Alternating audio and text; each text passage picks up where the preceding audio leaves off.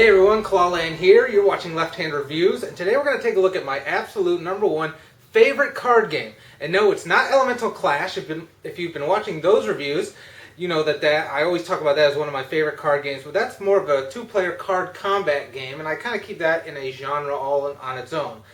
But this game, Innovation, is my all-around, all-time favorite card game. Innovation was released in 2010 by Asmati Games, designed by Carl Chudik, and plays with 2 to 4 players in about 45 to 60 minutes, sometimes a little bit more, sometimes a little bit less, depending on what cards come out. What you're basically going to be doing in Innovation is drafting various inventions or innovations from various time periods throughout history. The cards are going to be organized in 10 different ages as you progress from the prehistoric age or stone age, I forget what they call it, all the way up to the modern age and beyond. You're going to be collecting and playing these innovations, which are going to give you special abilities. These abilities are going to be used to grant you points and thus claim achievements. The first person to claim X number of achievements will be the winner, and the number of achievements is based on the number of players that are playing. One quick note is that Innovation has since had 2 expansions, both of which tell you to modify the setup instructions from the base edition. I'm not going to go over those modified instructions because I'm going to assume if you're watching this you have just the base game. I'm going to teach you how to play with just the base game. When I do reviews for the 2 expansions, I'll explain the changes that are made to that initial setup to have the game work with the expansion. So, if you couldn't already tell, Innovation comes in a relatively small box, and this is actually the latest edition of the game's box. I think their first edition had a slightly different shaped and sized box. I think it was a little bit taller, but this is the most current edition, and if you open it up, there's not a heck of a lot exciting going on in here except for cards. You're going to have a whole bunch of cards. These are your some of the achievements that you can get. Here's a rules of play. You have some player aids that go down. If you've ever played Glory to Rome, which is another one of Carl's games, you know how he loves tucking things under the reference sheet. So on the left-hand side, you're going to be tucking your scorecards, and on the right-hand side, you're going to be tucking your achievements. And this is double-sided. It has the actions that you can perform on your turn, and this side just tells you a little bit more about some of the terminology in the game. And then you're just going to have the rest of your cards from the 10 different ages. Right on top here you can see this is age 6, the Enlightenment. For example, we have the Encyclopedia. And we have age 7, the Romance Age. And we have Lighting. On the card, you're going to see several different pieces of information. You're going to have a symbol up here, which it's flavor text more or less, or flavor picture. You have the name of the card here. You have the age on the top right-hand side. You have the Dogma effect of this card, which in other words is the actions or special benefits that you grant from using this card. And then you have some symbols at the bottom, which are going to help you during gameplay.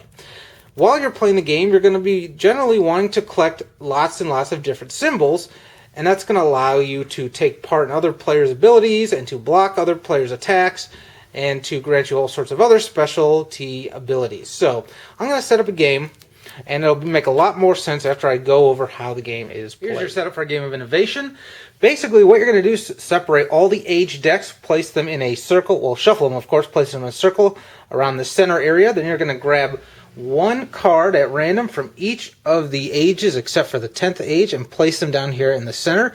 These are going to be the regular achievements that you can claim. On the left-hand side here, you see some of the special achievements that you can claim. And then right down here, we have my player aid. That also is part of my player area. And then up at the top, we're going to pretend there's a second player up there. Then before the game begins, each player is going to be dealt 2 Age 1 prehistory cards, like so. Then players are going to look at those cards, and simultaneously, they are going to meld one of those cards.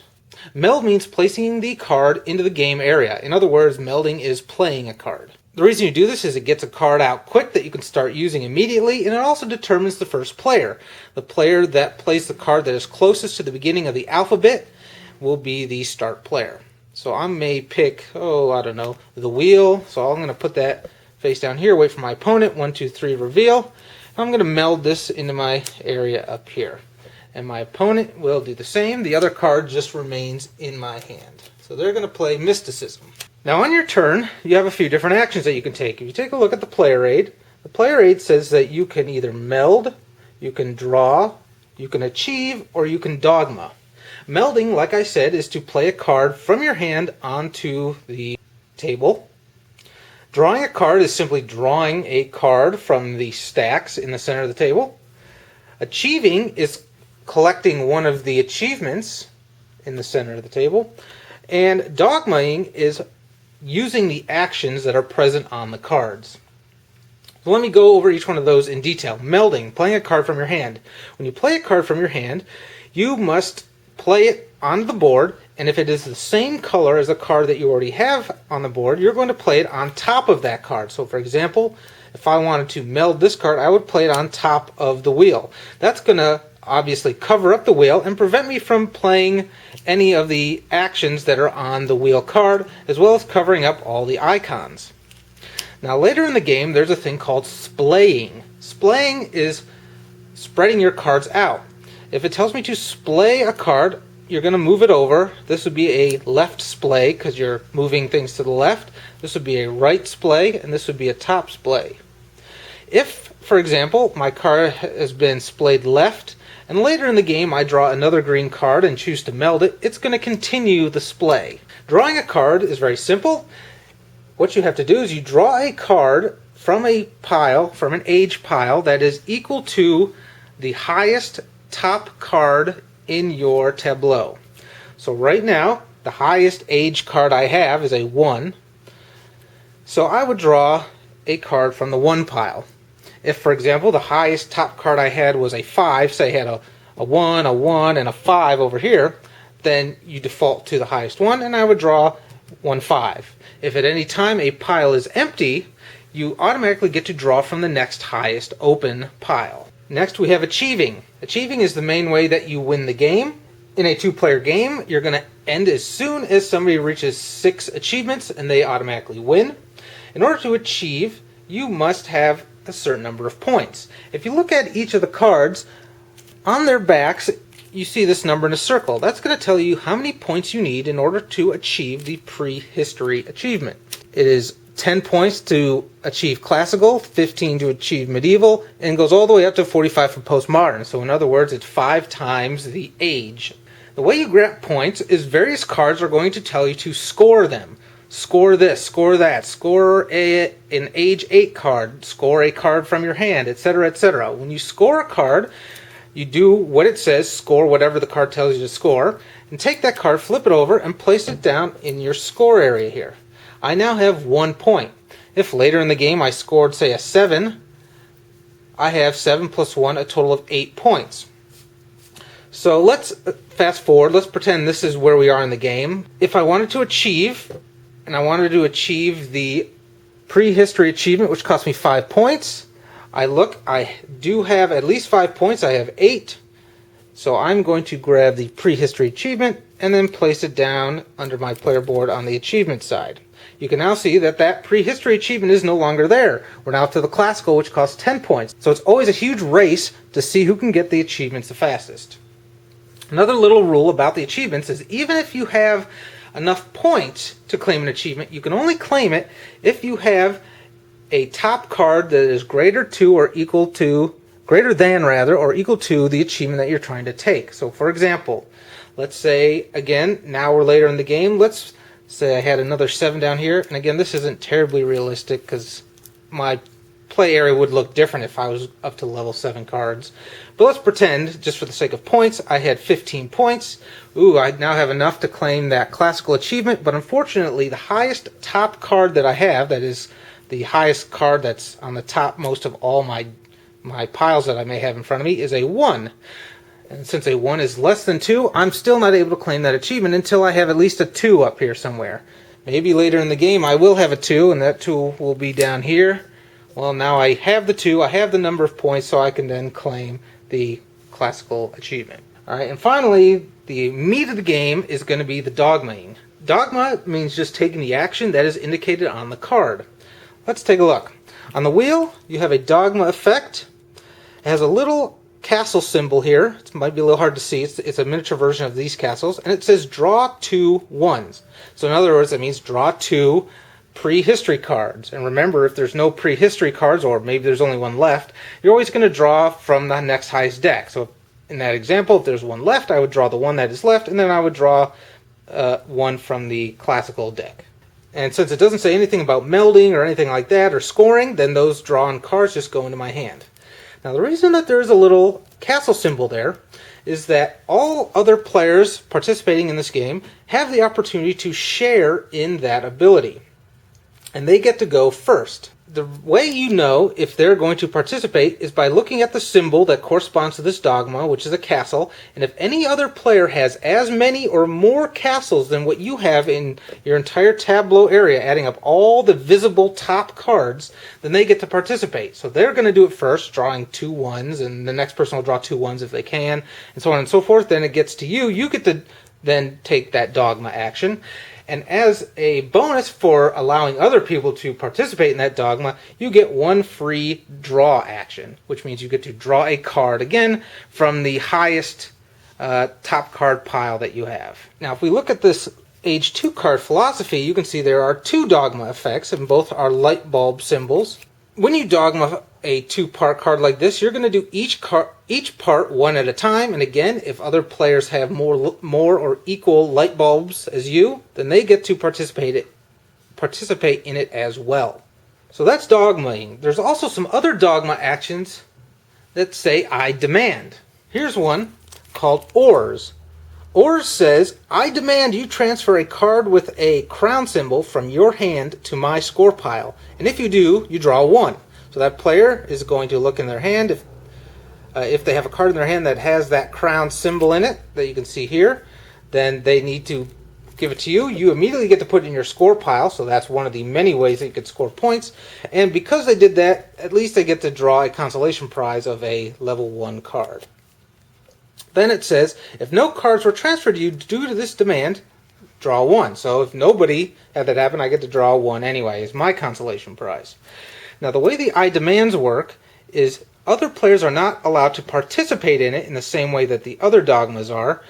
Instead, if they have equal to or more of the dogma symbol, in this case it's a crown again, then they get to be immune from that I demand effect.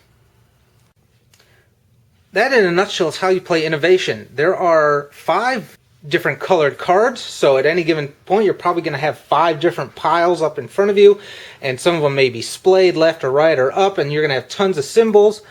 Remember, when you are counting symbols, you're going to count all the top visible symbols that you have. So for example, say this was happening and somebody played a castle dogma effect, I would count all my castles, 1, 2, 3, 4, 5. And if I have more or equal to the number of the person that's playing the dogma, then of course I'd get to participate. Or if it was an I demand, I would block it from attacking me. Also, when you have splayed cards, there may be situations like this. And again, you count everything that you see. 1, 2, 3, 4, 5 castles. 1, 2, 3 leaves. And there are a ton of symbols as well. There's 6 different ones that you need to be keeping track of as you're playing the game. And I may have, in this case, 3 leaves, but the second I play another yellow card, it may end up covering all those leaves up. So all of a sudden, I have a ton of leaves to having no leaves at all. Now there's also these special achievements that I briefly touched on.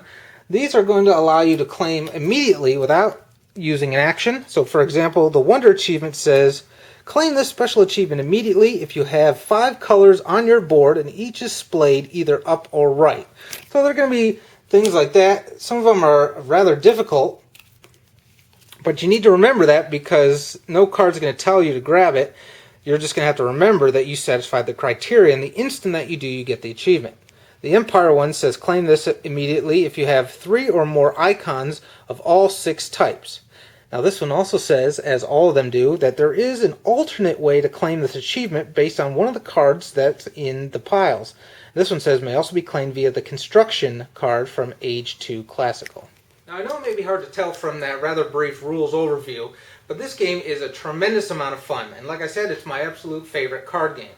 The reason for that is because this game personifies interaction between players. The whole point of this game and the whole feeling and the fun that you get from this game is the interaction between the players with all the different cards. You're going to have tons of these cards attacking other players, and you're going to be participating in other players' dogmas that they want to play, and there's a lot of thinking that players have to battle with, well, should I play this dogma because it's good for me, but unfortunately the other players are going to benefit from it as well. Should I do it? Should I not? It's a race to grab those achievements as fast as you can. And there's so many screwage cards where it says, give me that top card from your tableau and I get to put in my score pile. Or give me a card from your hand, I'm going to put in my score pile. Or I'm going to take all the cards from your score pile and put them into my hand. Or there's even, as you get higher into the ages, there's some really serious cards that, like, wipe out every card on the board. Wipe out all your opponent's cards, or take all. It's awesome. The game is so much fun. Each age gets increasingly more and more powerful, and the game gets more and more frantic. It reminds me a lot of Glory to Rome, which I also really, really enjoy because these cards feel so overpowered sometimes, but they're all like that, and that's what makes the game so much fun. If you don't like Glory to Rome, then because of that, you may or may not like Innovation. I think it's a little more tame than Glory to Rome, but it kind of gives you the same feeling, and I love both games a lot. Now, one thing that I don't like about Innovation, or I shouldn't say that I don't like, but one thing to be aware of, is that it says it plays 2 to 4 players, but 4 players is a stretch. I think ideally this is a 2-player game. Sometimes you can throw in a third once everybody knows what they're doing, but fourth is really hard. Once you have 4, trying to keep track of all these dogmas and effects and I demands, it gets really tough, and it bogs down, and it really takes away from the fast, quick, furious nature of this game. So I highly, highly recommend this as a 2-player and occasionally a 3-player game. So there you have it, Innovation by Osmati Games. Keep a lookout for the reviews of the 2 expansions, Figures in the Sand and Echoes of the Past, which are just going to add in all sorts of new cards, new abilities, new achievements, new everything. They're awesome. So thanks for watching Left Hand Reviews. I highly recommend you pick up a copy of Innovation. It's really inexpensive, and it's an excellent, excellent game to have in your collection.